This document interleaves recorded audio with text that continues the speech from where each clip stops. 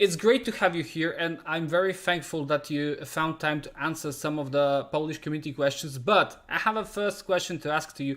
Have you ever actually been to Poland? I have not, but I would love to go to Poland. I'm a big traveler and I'm always looking Oh, for new places to go and explore. So I'm happy to come anytime you'd like to invite me. Yes, me too. I would love to come someday. I think that is completely possible to invite you to one of our ESO events. But that's for the future. Now let's focus on the exciting stuff that we had. So we had the global reveal, lots of content, lots of new stuff coming to ESO this year. And not only this year. And with that many new things and features coming to the game, we obviously have a lot of questions from our fans. So I collected some of the most popular ones, and I want to ask you these questions so you can maybe provide some details, some feedback, some thoughts about that kind of stuff and the things that our players want to know. So I will just start without further ado. You talked about avoiding frustrating FOMO in the live stream. How are you trying to avoid that with the night market, which is going to be a bit temporary, switching stuff that will be available? How does it stand against one another? Yeah, I mean let's see. So we want to continue to do events within ESO. It's important for us, and we think that they have an important place, something to look forward to for players, and just a shared experience that everyone gets to experience for a limited amount of time. And there's a lot of fun in that, right? It's like where everybody is together and trying to do this thing in the moment. So being able to do events, it's not something that we want everything to be an event, but we think that it's an important part of the game still. And so the event zone is meant to be more like that. So it's not like this time pressure. Oh, I have so little time to do all of this. It is something where we're trying to give players plenty of time to get to experience it all, to be able to get the things that they want from it. But at the same time, like be able to create like this moment of excitement for players to experience and rally behind. So that's a major component. The other thing is this isn't the only time that we're doing this, right? We have plans to bring it back later this year. And we're probably going to bring it back next year as well. And we could absolutely make it permanent if that's something that players want. But we wanted this to be a limited time because we wanted the team to be able to listen to feedback, right? We're doing something that's going to feel familiar, but also very different from what is typically a zone for players, right? It's a much tighter experience. It's more challenging. It is more connected with, layers upon it. It has more ways to engage that aren't just encounters and stories. Like oddities is a good example, that are puzzles or activities that players do. So there's a lot that's going to be new, and we want to see how that resonates with players and be able to adjust it when we bring it back, or adjust use the learnings from it for new content and features that we build. Yeah, that sounds really exciting, I must say. And touching the events matter, you also announced something that is pretty exciting for players, and it's obviously High Seas of Tamriel, a new big event, a new bigger scale event. I know that last year we had a huge scale event, the server-wide event, which was the Writhing Wall. And obviously there was a lot of feedback following the Writhing Wall. So I would like to know what you are doing, how you're working with this feedback to make sure that High Seas of Tamriel has the scale it needs, has the size that it needs, and ensure at the same time that these naval battles are exciting and fresh for players. Because this is super cool. Like, we are going to battle in the sea in ESO. That's exciting. Yep. Yeah, it's we're excited too. It's we learned a lot from the Writhing Wall event, and we've acknowledged. We talked about it both at the letter that Susan, Joe, and I did at the end of the year. Talked about it elsewhere as well. Like there are certainly things that were positive about it, and there were areas where we stumbled, right, where they didn't go exactly as we had hoped. A lot of the feedback, like that it was too grindy, that there were too many bugs, not rewarding enough, are something that we're taking to heart, not just for this, but really across the board. Because I think that while the Writhing Wall had, its issues, it's a sentiment that has been expressed elsewhere in the game, and that we think that we can do better. We think that we can make the game more rewarding, more engaging for players, and we're going to strive to do so. So I would say that the lessons from that aren't just going to be for the events that we do, but for fundamentally how we approach development of things that we'll take forward. In terms of the scale and ensuring that we get it right, yeah, that's. So it's not that I'm trying to hold things back, to be secretive. It's that we're figuring it out right now. Like we have play tests. Like there's one next week where we're going to be checking it out to see how the current iteration of Naval Battles feels, and we may change it pretty dramatically depending on how we feel about that. So it's not like, oh, I'm just going to keep this a secret, just because. It's because things may change pretty fundamentally from what I think today. However, yeah, what we want our events to do is to be something very different, right? To be able to explore, to do something that's exciting, to do something that's new, for players to be able to experience, right? Like there's events provides, and it's the same with the event zone, where it provides us with an opportunity to do something that is, limited time in nature, and that allows us to explore and experiment more and be able to see, just to try more interesting things. And similar with this, if Naval Battles does really well, that's something that we could absolutely bring into the core game and make it less of a limited time thing. Yeah, anyways, definitely learned a lot from the Writhing Wall experience. We'll be taking those lessons for this event and just for our content generally. And we'll see how this event shapes up. I would add to what Nick said in terms of, I agree with him. We learned a lot with the Writhing Wall. We learned a lot of good things. We learned a lot of things that we need to make changes to account for. One of the really big things with everything that we're doing this year, and this has been, we started making the changes with the structure of the team, with the way that the studio operates at the very beginning of last year, I believe, if not the end of the year before. But for a decade, we've been doing things that had a very specific cadence with the chapters. There were certain things that we knew would always happen. And I think with Writhing Wall, it was absolutely learning experience we started to go in a new and different direction for us in a way that we are embracing with our content as we continue to move forward. And one of the things we discovered was, has secondary changes to it as we go forward. And I'm speaking specifically to the things that we kind of discovered about the issues with it that caused the bugs with it. Or some of the decisions we made were built around, or fundamentally are things that we can learn as we go forward to account for better and to build into our plans better. I would wrap this up in a way to say, one of the exciting things for us about this upcoming year is that we're doing new and different things.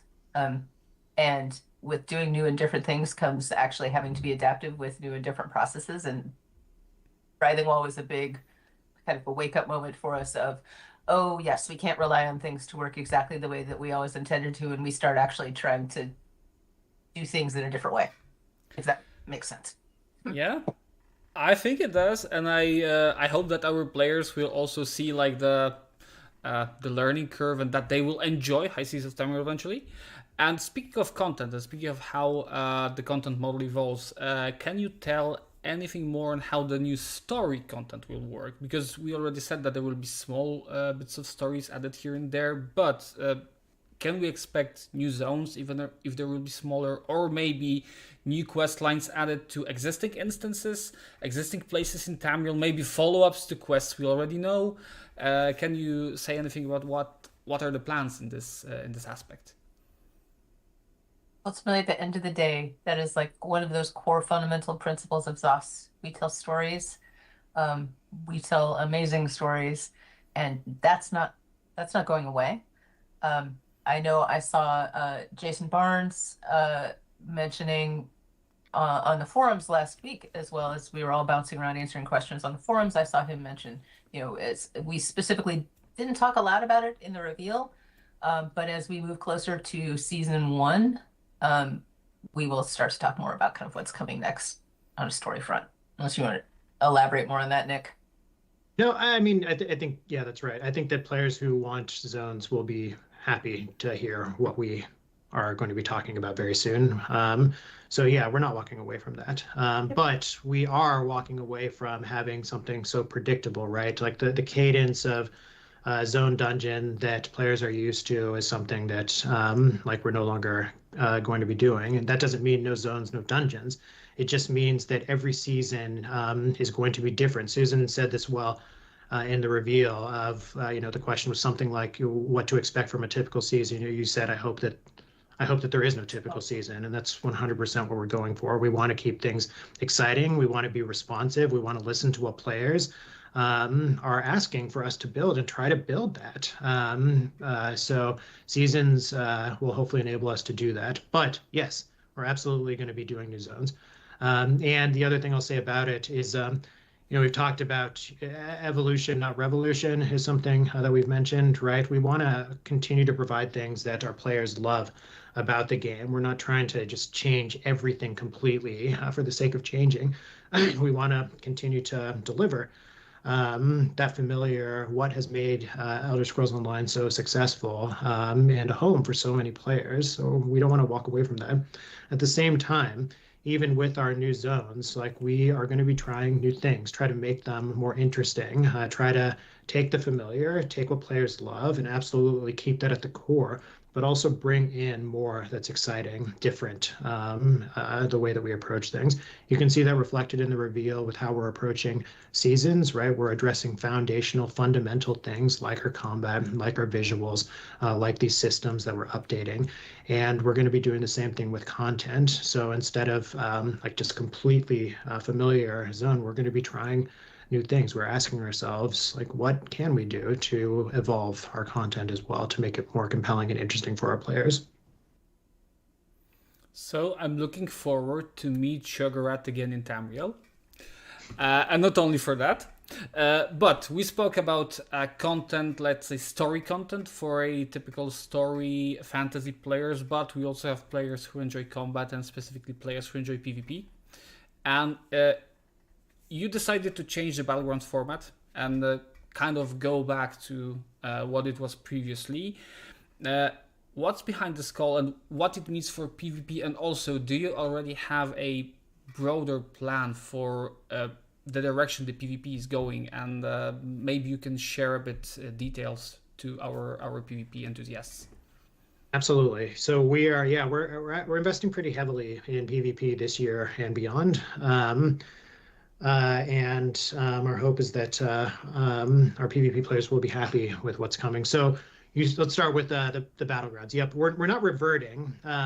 We introduced two-sided. We're not now going back to three-sided. We're going to make three-sided available for players. So players will be able to experience two-sided or three-sided battlegrounds. And we're doing that because it's something that players have been asking us for. Like, that's something that is really important to us. Player feedback has always been important to us, but there's a renewed focus and emphasis on listening to players. We talked about building this game, for the community, right? So, like, we've talked about how, the Elder Scrolls Online is nothing without its players, and this is a home for many of us, right? So, like us internally, for our players, and we should therefore have an opinion on how this home is built, like what changes. And so we're generally going to be doing a lot more with listening to, responding to player feedback. And this is an example of that, where two-sided battlegrounds certainly change things up, but they introduced players were missing three-sided, a large percentage, so it's been asked for heavily. So yeah, we're going to provide players with the option to have three-sided battlegrounds. In terms of other PvP plans for this year, there is Vengeance, of course, that's ongoing and going to continue to proceed forward. We're also launching a brand new PvP progression system. It's something we've never done with ESO, where there are going to be rewards only earnable in PvP that players will get to unlock over the course of, let's call it about 6 months. And that we're going to continue to add to over time. It's not just let's introduce it and walk away. This is going to be something that we support continually to provide our PvP players with opportunities to earn, cosmetics, consumables, like economic things like that, which we're very excited about. I'm personally very excited about that. So there's that. We're also, I don't want to. I'm a little hesitant because I don't want to promise something because we're investigating this right now, but we are investigating and actively working on a new medium scale zone that is like Cyrodiil, but a little smaller. So not as small as Battlegrounds, not as vast as Cyrodiil. It's somewhere kind of in between there. But this is going to be open world PvP again that we're looking to, and it'll be the first one that we have introduced, since Imperial City. So we're really excited by that, and we're hoping, I'm saying hoping because we're early in development with it, and things may change, but we're hoping that this comes at the end of before this year is over. So that's something else that we're excited about and doing. So yeah, PvP, it's an important part of the game. It was important at launch. It remains important now, and we're planning to invest more heavily in it this year. So yeah, I'm excited about what's to come. Yeah, that was a big news with the new PvP zone, and I hope that our players will be happy too. And going a bit more into the technical side, you announced that there will be a lot of things that will be reworked, rebalanced, tweaked, and changed, and one of the things was the werewolf. Can you share any tasty, and this is a terrible pun that's intended, details about that rework? Should have been tasty bites about that rework. Yes. That would have been an even better pun. Yeah, it's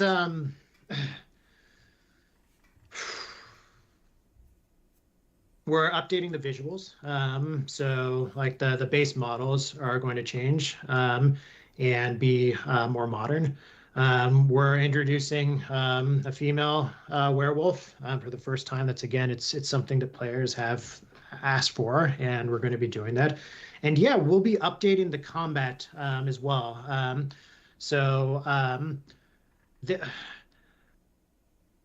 Sorry, I'm hesitating.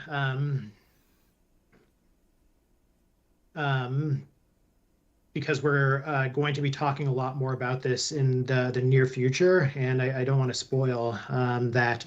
But it's not just a visual refresh. We are taking a look at the way that the werewolf works fundamentally again and making some adjustments. And the adjustments that we're making, similar to what's going on with the DK right now, or what players are seeing with that, we're taking a similar lens with the werewolf.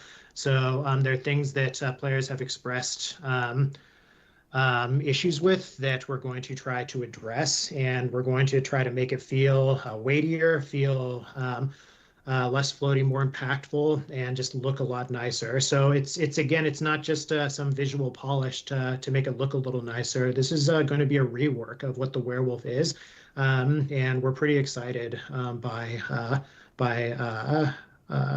what's coming with it. So yeah, I think I'll probably leave it at that, with the promise that in the very near future there will be a very comprehensive overview of what we're going to be changing with the werewolf. And we want to hear from players again. Like, this is not something that we want to just be like, we're gonna, right? So like, we want to get the information out there and hear what players think and adjust accordingly. So to guys watching the stream, this is a two-way dialogue, and please remember that. Please continue sharing your feedback. And you mentioned changing visuals of the werewolf. Do you think that at some point it will be possible to personalize your werewolf vampire looks? add them a bit of Personalized taste. world? You mean like changing the... Yeah, let's say I want to change my fur or do some adjustment on my do my style, my own haircut on a werewolf. You know, it would work Yes. really nice on werewolf. Yes, I would say that it's something that yes is the answer. That's something that we're actively talking about and hopefully going to provide some options pretty soon for players. Again, I don't want to overpromise. Like, we're not going to come out with a full customization system in a few months, but to start providing players with some options, like, yes, that is something that we're interested in doing. And I have a question specifically for Susan, because you mentioned during the presentation, you mentioned the word that is one of the most anticipated words in ESO community, I guess, which is crossplay. Yes. Maybe you can elaborate more about crossplay, because this is super exciting to hear that this is something that we work on. So the stage is yours. Yeah. So I want to preface it by setting expectations. Like, crossplay, absolutely yes, we are working on crossplay. In fact, we are just having a conversation about some of the testing that we have planned coming up sort of at the beginning of this year, hardware wise, to support it. But all of that is to say, it is a very long process for ESO. It's very complicated for us to do because the game was just never architected with that in mind to begin with. I mean, keep in mind, when we developed this game, that wasn't an option on the table at all, I don't think, for anyone back at that point.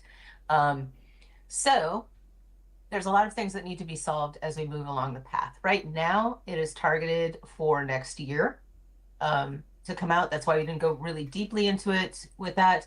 As we get closer along the way, we will probably start to be rolling in changes to systems, and we will make a note to kind of let folks know, listen, we're going to be changing this. This is foundational for crossplay. So you can kind of see the progress as we begin to roll things out to live. But it's definitely, the plan is crossplay and cross progression. It's going to be 2027 is what we're aiming for. So Okay.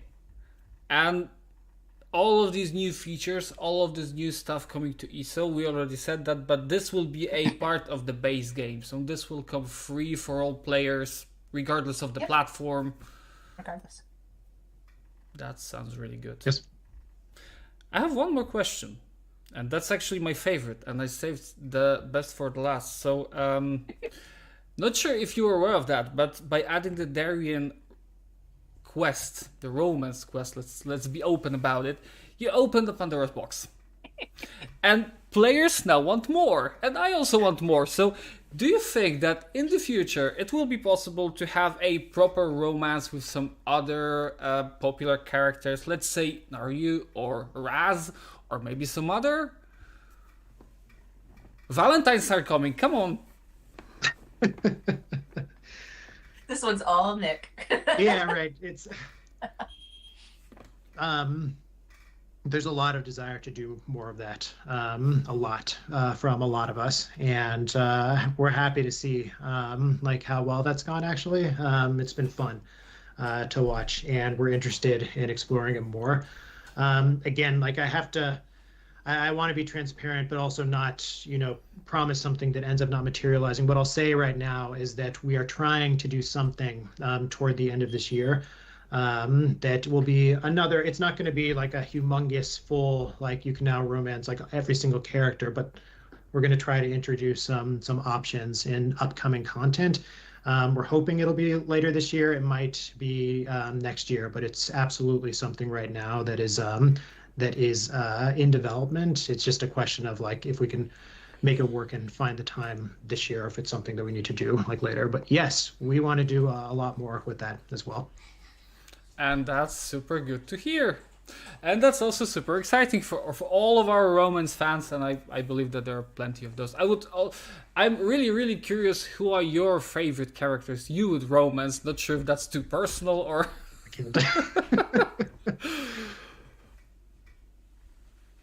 So, what would be your answer? Listen, I'm a cat lady. Okay, that tells a story. And you, Nick? Oh, I don't know. I ran Naru. I don't know. There are a lot of wonderful characters that I think would be really fun to romance. It would be hard to choose one, but maybe one of those two. Okay. That's a really interesting take and a really interesting point to conclude this Q&A. Maybe you have like one last shout out to our Polish community who still continues to stand behind ESO, support and actively engage in our conversations, which is super great to me. I mean, my shout out would be thank you for your continued support. Thank you for being very, very absolutely one of our most vocal communities. I hear a lot from the Polish community, and we look forward to I'm excited for what we get to show you this year. I'm excited to bring you along on the ride. Yeah, that's well said. I agree. Just sincere and heartfelt thank you for playing ESO. It's our home, and we're just honored that it's your home as well. And we hope that continues to be our home, for the next decade or two or three. So thank you for everything. Thank you for your time, and see you in Tamriel. Thank you. Take care. And I hit